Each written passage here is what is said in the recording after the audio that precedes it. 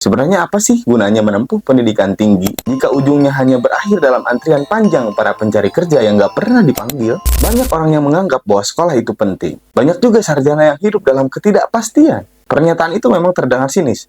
Ya, memang itu. Gelar akademik gak lagi menjamin sebuah penghidupan. Ilmu yang didapat selama bertahun-tahun gak punya tempat di dalam pasar kerja. Ya, wajar aja kalau kecewa. Ya, bahkan putus asa.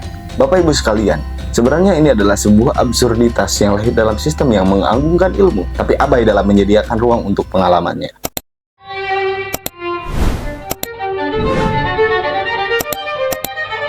Imajinasi kolektif di dalam masyarakat kita bahwa pendidikan menjadi tangga untuk menuju kehidupan yang lebih baik. Dari kecil, kita sering banget dinasihati bahwa rajin belajar akan mengantarkan kepada pekerjaan yang layak, yang stabil, dan martabat yang lebih tinggi. Maka sekolah menjadi ruang suci, kampus menjadi jelmaan altar sebuah pengorbanan, dan harapannya gelar akademis menjadi tiket menuju kemerdekaan finansial. Tapi ternyata realita nggak seindah narasi. Yang tersisa ya hanyalah sebuah pertanyaan, apakah pendidikan masih relevan untuk penebus masa depan?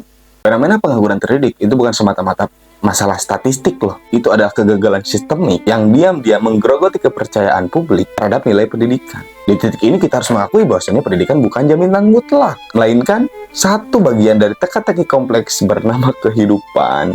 Sebagian dari mereka ya mulai asing di tanah sendiri, diajarkan teori-teori global di dalam kelas, tapi gagal membaca kebutuhan lokal di luar sana. Mereka fasih banget mengutip tokoh-tokoh besar di dunia, namun kebingungan menyusun surat lamaran kerja yang sangat sederhana. Pendidikan yang seharusnya memerdekakan justru kadang membentuk jarak antara realita dan idealita.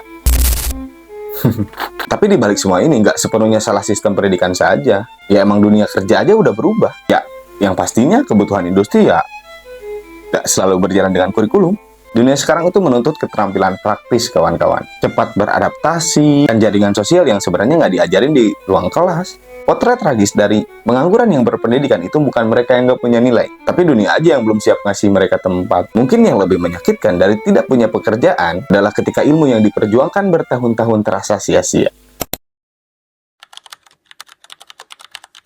Pas kuliah kita diajarin teori, diajak berpikir kritis, bahkan disuruh menulis skripsi dengan ratusan referensi. Tapi anehnya setelah wisuda, yang pertama kali ditanyakan di dunia kerja itu bukan kamu lulus dengan IPK berapa, tapi ya kamu bisa apa. Dan dari situ banyak di antara kita yang mulai gugup, karena ternyata dunia kerja itu bukan tentang siapa yang paling tahu, tapi siapa yang paling bisa.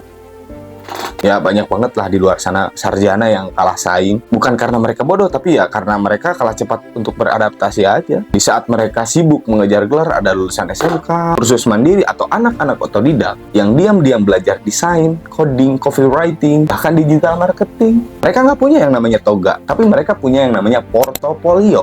Mereka yang nggak tahu tuh apa namanya teori komunikasi Aristoteles, tapi mereka bisa bikin iklan yang viral dalam semalam loh. Gelar akademik itu penting kawan, tapi bukan kunci tunggal. Dunia hari ini lebih menghargai orang yang bisa diajak langsung turun ke lapangan dong, menyelesaikan masalah, nggak nunggu disuruh. Skill praktis seperti problem solving, public speaking, leadership, atau bahkan sekedar bisa mengatur waktu dengan baik, itu semua bisa jadi nilai jual yang sering luput diajarin di kampus. Lebih dari itu, jaringan juga punya peran yang lebih besar. Banyak peluang kerja yang datang bukan dari surat lamaran resmi, tapi dari mana? Dari nongkrong.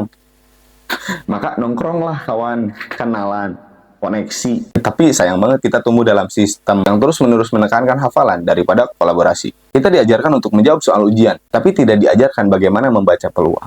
Jadi, kalau misalkan hari ini kamu merasa kalah di dunia kerja, mungkin bukan karena kamu nggak pintar, emang belum nyambung aja sama apa yang benar-benar dibutuhin hari ini. Dan kabar baiknya, skill itu kan bisa dipelajari kapan aja, asal kita mulai.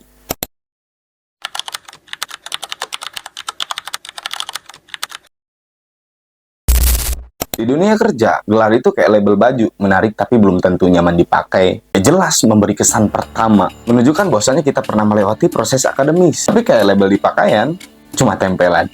Yang lebih penting itu adalah kualitas jahitannya. Atau dalam hal ini ya, keterampilanmu. Ambil contoh deh yang sederhana, ada dua orang yang ngelamar di bidang pemasaran digital. Yang satu lulusan S1 dengan IPK cum laude, tapi ya belum pernah nyentuh dashboard iklan digital selama seumur hidup.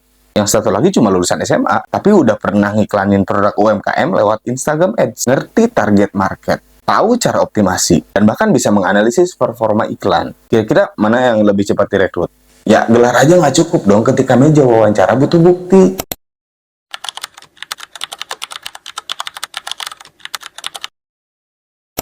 Kita sebenarnya sering lupa bahwasanya peta yang kita pegang itu udah usang. Dunia kerja, teknologi, dan cara manusia berinteraksi sudah berubah drastis. Lebih cepat, lebih kompleks, dan menuntut fleksibilitas. Gelar yang sering kita bangkai dulu, itu sekarang lagi menghadapi tantangan baru tuh. Yang nggak cukup dihadapi dengan teori dan gelar. Ya bukan berarti mereka gagal. Ya justru mereka seringkali jadi korban ketidakpastian sistem.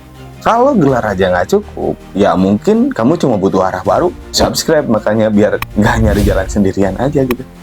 Ya, subscribe lah. Tolong. Capek ya jadi sarjana bingung. Gue juga, makanya ya bikin konten ini. Komen aja kalau misalkan kita mau mikir bareng.